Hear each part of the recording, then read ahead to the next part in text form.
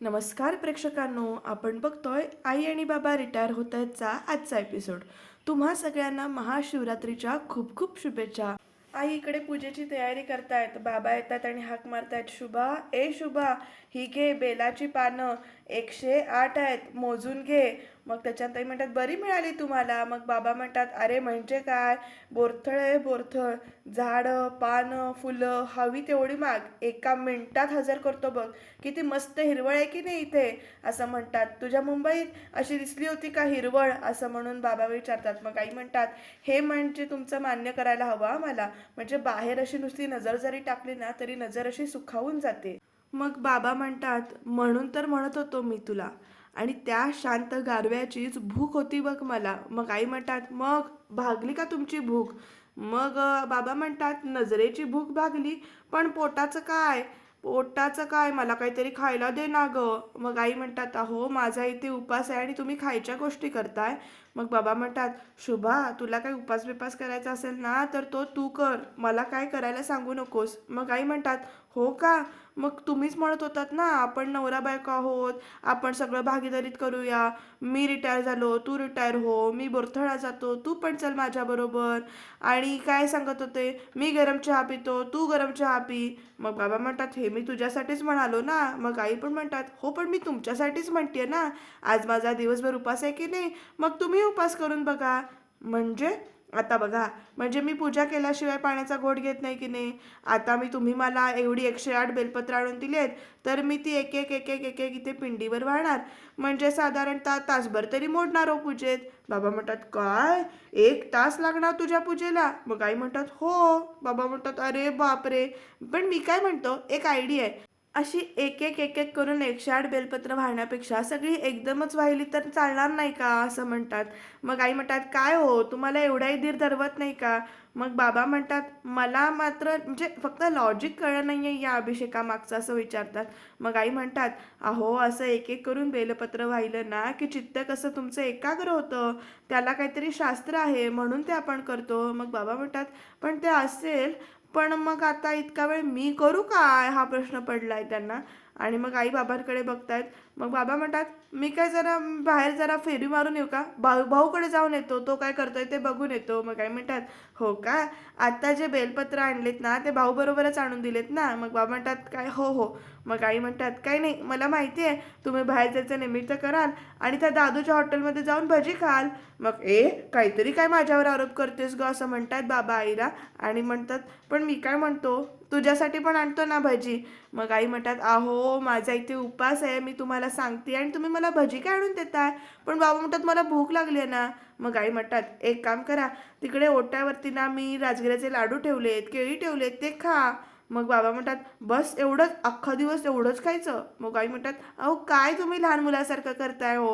हे बघा माझी पूजा झाली ना की मी तुम्हाला छान साबुदाण्याची खिचडी करीन, खमंग काकडी करीन. मग बाबा म्हणतात, बस एवढंच. मग आई पुढे कसे म्हणतात बघा प्रेक्षकांनो, नाही नाही, मी काय करते, मस्तपैकी वऱ्याचा भात करते, दाण्याची आमटी करते, राजगिऱ्याचा पुऱ्या करते, बटाट्याची भाजी करते, खजूर तळून देऊ का, खजूर तळून देऊ तुम्हाला. मग बाबा म्हणतात, नाही नाही नाही, नको नको, एवढं नको मला, काय आहे तुझा उपास आहे ना, मी एवढं सगळं खाऊ, नको नको, कसं दिसेल ते. मग आई म्हणतात, काय हो तुम्ही, मी म्हटलं ना तुम्हाला माझं सगळं झालं की मी तुम्हाला साबुदाण्याची खिचडी करेन आणि खमंग काकडी करेन, पुरेल का तेवढं.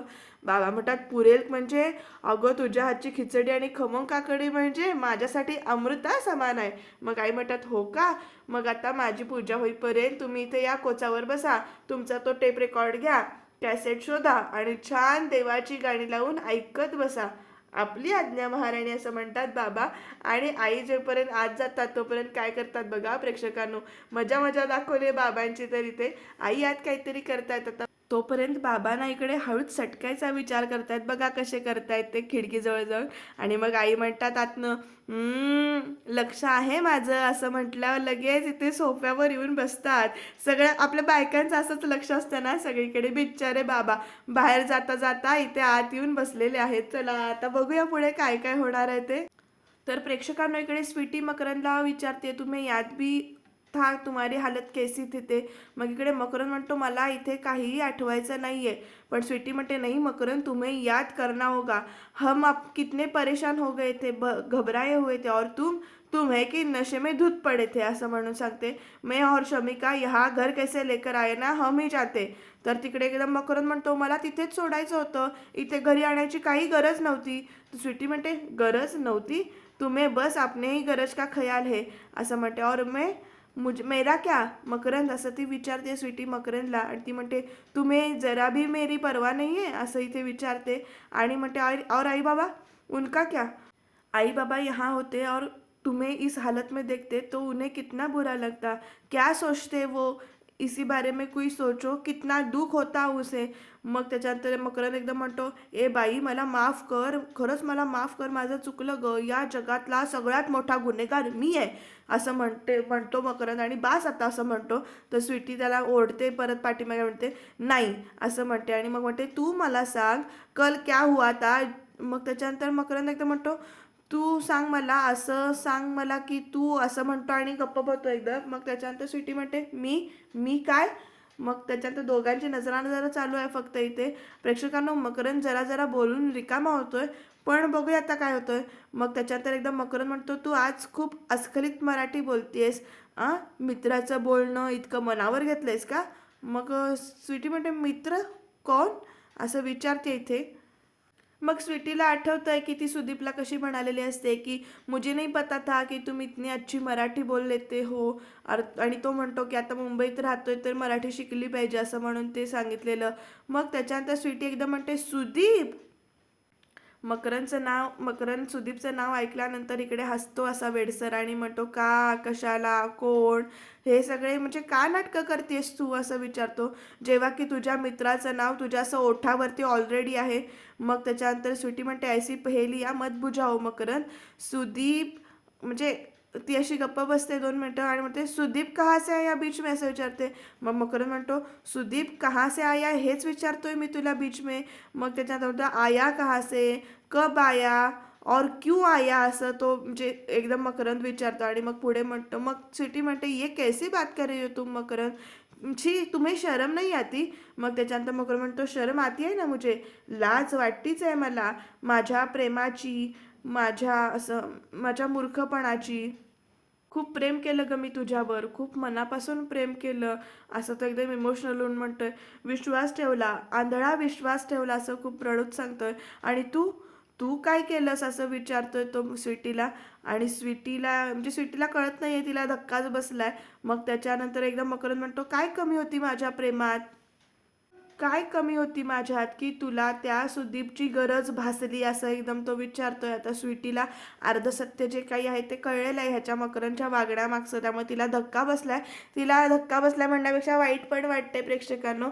मग ती म्हणते what are you saying Makarand असं विचारते. मग त्याच्यानंतर मकरंद म्हणतो what are you saying, what I am I saying असं म्हणून विचारतोय तो इथे मकरंद एकदम. आणि दोघांची नजरानजरच तेवढी दाखवली. आणि मकरंद निघून जात असतो तर तो म्हणजे स्वीटी त्याचा हात धरते, तर मकरंद हात झटकून देतो आणि तो कप वगैरे स्वीटीच्या हातातला असतो तो खाली पडतो. आणि इकडे स्वीटीना अशी खूपच रडायला लागली आहे. बघूया प्रेक्षकांनो ह्याच्यातनं कधी मार्ग निघणार आहे आणि कधी हे त्रांगड सुटणार आहे ते. तर मकरंद आता गार्डनमध्ये येऊन बसलाय आणि नेहमीप्रमाणे तिथे शिवाची एंट्री झालेली आहे बरं का प्रेक्षकांनो. शिवा त्याचा अंदाज घेतोय तो काय करतोय किंवा कसा बसलाय या गोष्टीचा. हाताची घडी बिडी घालून आता येतोय आणि म्हणतो डायरेक्ट जावी बापू असं म्हणतो. आणि मग त्याच्यानंतर म्हणतो बराबर ना जावी बापूच ना, जावी बापू ये मराठी में जमाई बापू को जावी बापू ही कहते हैं ना, अरे बताइए ना असं म्हणून शिवा इथे बोलायला लागतोय. आणि मग त्याच्यानंतर तो म्हणतो ठीक आहे जावी बापू आप इस वक्त यहाँ पे क्या कर रहे हैं असं तो विचारतोय मकरंदला. आणि मकरंदच्या बाजूला बसतो आणि म्हणतो आओ जावी बापू नाराज मत होइए ना, हमसे नाराज के क्यों, हम तो तुम्हारी मदद कर रहे हैं ना. और उस दिन बताया तो मुझे कि स्वीटी तुम्हें बेवकूफ़ बना रही है, लेकिन नहीं तुम्हें तो उस पर बहुत प्यार आ रहा था ना. अरे यार हम तो तुम्हारे साइड से है, तुम्हें हमें थैंक यू बोलना चाहिए तो, और तुम तो हमसे नाराज होकर बैठे हो. मकरंद म्हणतो बडबड बंद करा तुझी. तर शिवा पुढे म्हणतो अच्छा हम पर भरोसा नहीं है तुम्हें और अपने बीवी पर है बराबर ना, तर ठीक आहे तो एक काम कर असं म्हणतो. आणि किती ना खिशातने खिशातनं तो इथे फोन काढतोय आणि फोटो एक जो काही आहे तो इथे मकरंदला दाखवतोय. प्रेक्षकांनो, मकरंदचं एवढं डोकं चालायला पाहिजे ना की तो फोटो बघून कळतंय की तो फोटो ना क्लोन केलेला आहे, म्हणजे एडिट केलेला आहे खोटा खोटा. तर मकरंद तो फोटो बघून ना आता शॉक होतोय आणि तो देखा ना असं शिवा विचारतोय.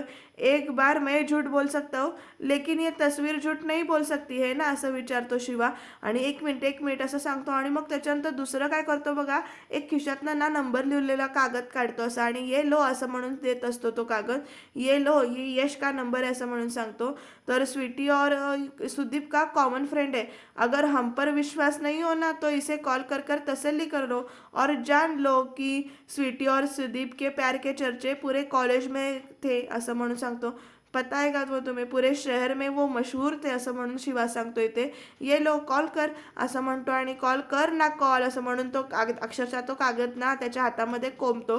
मकरंद घेत नाही तो कागद सुरुवातीला, पण तो हातामध्ये कागद कोंबतो आणि चलता हो असं म्हणून शिवा इथे निघून जातो. प्रेक्षकांनो, ह्या शिवाचं काहीतरी करायला पाहिजे हा. तर शिवा निघून गेल्यानंतर मकरंद तो रागाने कागद फेकतो खरा, पण त्याच्या मनात काय विचार आहे तो देव जाणे. तो परत तो फेकलेला जो काही कागदाचा बोळा आहे तो इथे उचलतो आणि त्या नंबरवर कॉल करण्याचा प्रयत्न करतो आणि त्या नंबरला कॉल करतो सुद्धा. संशय मनामध्ये आला की माणूस काय काय करतो ते बघा प्रेक्षकांनो. पण हे खरंच खूप म्हणजे वेगळं दाखवत आहेत ना, किती कटकारस्थानं, आत्ताच लग्न झालं होतं आणि हे नेमकं काय दाखवत आहेत आणि ह्याच्यामुळे नवीन काय काय अडचण येणार आहेत ते बघत राहणं खरंच इंटरेस्टिंग ठरणार आहे आणि टर्निंग पॉईंट्स येणार आहेत बरेचसे. जेव्हा स्वीटीला कळेल की ह्या सगळ्यामध्ये शिवा होता तेव्हा काय होईल आणि नेमकं स्वीटी कसं हे करेल, त्या परिस्थितीला तोंड देईल, हे बघत राहणं आता खरंच इंटरेस्टिंग ठरणार आहे. तर आता मकरंदने कॉल लावलाय, बघूया तो माणूस, तो यश आहे, तो काय सांगतोय ते. तर मकरंदने आता फोन लावलाय. हॅलो यश. तर यश तिकडनं म्हणतोय, हां यस आप कोण. तर मकरंद स्वतःची ओळख न देता इथे डायरेक्ट विचारतो, स्वीटी और सुदीप को तुम जानते हो. मग तो यश जरा आठवल्यासारखा करतो आणि म्हणतो, स्वीटी और सुदीप, क्या वो दोनों कॉलेज में जानते हो तुम. आणि मग यश बोलायला चालू करतो, हाँ वो दोनों बहुत फेमस थे हमारे कॉलेज में असं म्हणून सांगतो. आणि मकरंद तिकडे ऐकून शॉक होतोय. तर तो यश पुढे सांगतो की बहुत प्यार करते थे वो दोनों एक दूसरे से, पर क्या क्या हुआ असं तो यश विचारतो. क्यों पूछ रहे हो आप. मग त्याच्यानंतर तो म्हणतो, नाही काही नाही असं म्हणतो मकरंद. म्हणजे आप पर्सनली जानते हो उन दोनों को. मग तो सांगतो, अरे ऑफकोर्स उन दोनों को कौन नहीं जानता असं विचारतो परत यश पुढे आणि म्हणते, हमारे कॉलेज के लव बर्ड्स थे वो दोनों, आप ये यकीन के साथ कर रहे हो असं मकरंद परत विचारतो. तर यश म्हणतो, हाँ मैं बिल्कुल सच कह रहा हूँ और आप दोनों के बारे में क्यों पूछ रहे हो असं यश विचारतो आणि पुढे म्हणतो की लेकिन उसकी तो शादी हो गई है. मकरंदने तर यशशी बोलून घेतलं. आता बघूया पुढे काय काय होणार आहे ते. तर स्वीटी इथे काम करते, ती सगळं आवरते किचनमधलं, पण तिला ना खूप रडायला येते कारण मकरंद जे काही बोलला होता ते तिला इथे आठवतंय आणि काय कमी होती माझ्यात की तुला त्या सुदीपची गरज पसली असं वगैरे ती इथे रडते, तिला ते आठवते. आणि तोपर्यंत शमिका येते तिथे, त्यामुळे स्वीटी वहिनी मला कॉफी असं ती म्हणत येते, पण तिला बघून ती मागं वळते. आणि काय झालं तर स्वीटी म्हणते कुछ नाही. मग इकडे शमिका म्हणते कुछ नाही म्हणजे तू रडतेस का. तर स्वीटी म्हणते नाही तो. मग शमिका म्हणते तुला सर्दी वगैरे झाली आहे का. मग स्वीटी म्हणते नाही.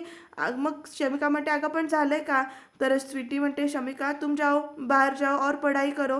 मग त्याच्यानंतर शमिका म्हणते मी काय एवढीही लहान नाही आहे, मला सांग, मला कळतंय तू रडतेस पण काय झालंय ते सांग बघू मला. स्वीटी म्हणते कुछ नाही शमिका. तर तर शमिका तिला म्हणते की मक्या दादा काही बोललाय का तुला असं म्हटल्यानंतर स्वीटी एकदम गप्प होते आणि आता शमिकाला कळलंय की काहीतरी यांच्यात बिनसले. तर स्वीटी म्हणते तू बोलला नाही और मुझे पुरा यकीन आहे. मग मग शमिका म्हणते अगं वहिनी नीट सांगशील का मला काय झालंय ते. मग त्याच्यानंतर स्वीटी म्हणते वो मुझ पर शक कर रहा है असं म्हणते एकदम आणि रडायला लागते. शमिका म्हणते कसला शक. मग स्वीटी आता तिला काय सांगणार असं तिला प्रश्न पडतोय, त्यामुळे ती अशी डोळे वगैरे पुसते. जाने दो ना असं म्हणते स्वीटी. तुम बच्ची हो शमिका असं म्हणते. मग त्याच्यानंतर शमिका म्हणते मी एवढीही बच्ची नाही आहे, तुला माहिती आहे का आमच्या कॉलेजमध्ये ना कितीतरी फ्रेंड्सना मी रिलेशनशिपचे ॲडवाईस दिलेत असं म्हणून शमिका सांगते. आणि मग स्वीटी म्हणते अच्छा. मग त्याच्यानंतर ती म्हणते तो समजाओ अपने भाई को, वैसे भी उसका दिमाग कॉलेज की बच्चों की तरह चल रहा है. शमिका विचारते म्हणजे. मग स्वीटी म्हणते की उसे लगता है कि मेरा मेरा मेरा बाहर अफेअर चल रहा है असं म्हणते. आणि मग शमिका म्हणते काय, मग काय दादा बरा आहे ना. मग त्याच्यानंतर स्वीटी म्हणते बरा नाही आहे वो, वरना ऐसी सोच इसके दिमाग में आती ही नहीं. मग इकडे स्वीटी शमिका म्हणते अरे यार आत्ताच तर लग्न झालंय तुमचं आणि काय हे अफेअर वगैरे काय. मग स्वीटी म्हणते यही तो, ये कैसा अफेअर किसके साथ असं म्हणून इथे. आणि ये ख्याल उसके दिमाग में आया ही कैसे. मग इकडे शमिका म्हणते की अगं असं काही नसेल, मला सांग तू कुणाला फोनवर बोलली होतीस का, किंवा फोन आला होता का फ्रेंडचा, किंवा मैत्रिणीला किंवा फ्रेंडला कुणाला मेसेज वगैरे केला होतास का. तर स्वीटी म्हणते की नाही, पण उल्टा मैं तो उसे मदत करे उसके जॉब ढूंढने के लिए असं म्हणते स्वीटी. और वो है की सी वाहियात बातें सोच रहा है. मग शमिका म्हणते ठीक आहे तू आधी शांत हो, आणि मला तर वाटतं तू तसं समजते तसं काही नसेल. मग काय दादा खरंच प्रेम करतो का तुझ्यावर असं सांगते ते शमिका. आणि तो आला ना की आपण त्याच्याशी बोलू असं म्हणते. तर स्वीटी म्हणते नाही मुझे बात नाही करनी उसे. मग त्याच्यानंतर शमिका म्हणते की मी बोलू का त्याच्याशी. मग स्वीटी म्हणते नाही शमिका, बात उसे करनी चाहिए असं म्हणते. मग मी तिला सांगून बघते, पण तोपर्यंत तू प्रॉमिस कर मला असं शमिका विचारते. आता काय प्रॉमिस करेल, तर की तू रडणार नाही आहेस. आय एम शुअर काहीतरी मिसअंडरस्टँडिंग झालं असेल, प्रॉमिस कर. मग स्वीटी म्हणते मिसअंडरस्टँडिंग लेकिन कैसे असं तिला प्रश्न पडलाय. मग ती म्हणते मिसअंडरस्टँडिंग होने के लिए तो कोई वजह तो चाहिए असं इथे म्हणते स्वीटी. आता बघू स्वीटीला लक्षात येतंय का की तिचे बाबा भेटले होते, हे मकरनने सांगितलं होतं वगैरे.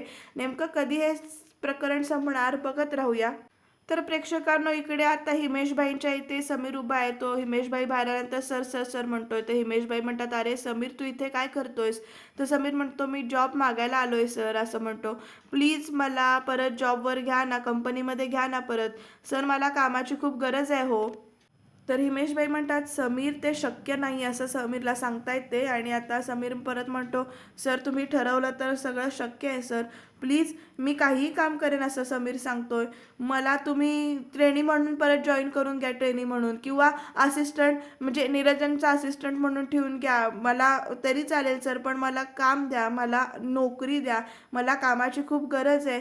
मग त्याच्यानंतर हिमेशबाई म्हणतात हे बघ एकदा कंपनीतून काढलेल्या माणसाला परत घेता येत नाही समीर, आणि तुला कंपनीतून काढायचा निर्णय माझा होता आणि मीच तुला परत कंपनीत घेऊ असं विचारतो तो. आणि नो समीर नॉट पॉसिबल. आणि तसंही एकही कंपनीत जागा नाही आहे. तर समीर ते रिक्वेस्ट करतो की सर प्लीज मला पैशांची खूप गरज आहे. तर हिमेशबाई म्हणतात ती कुणाला नसते गरज असं विचारतात, पण तुझ्याकडे तर वेळच नाही आहे ना.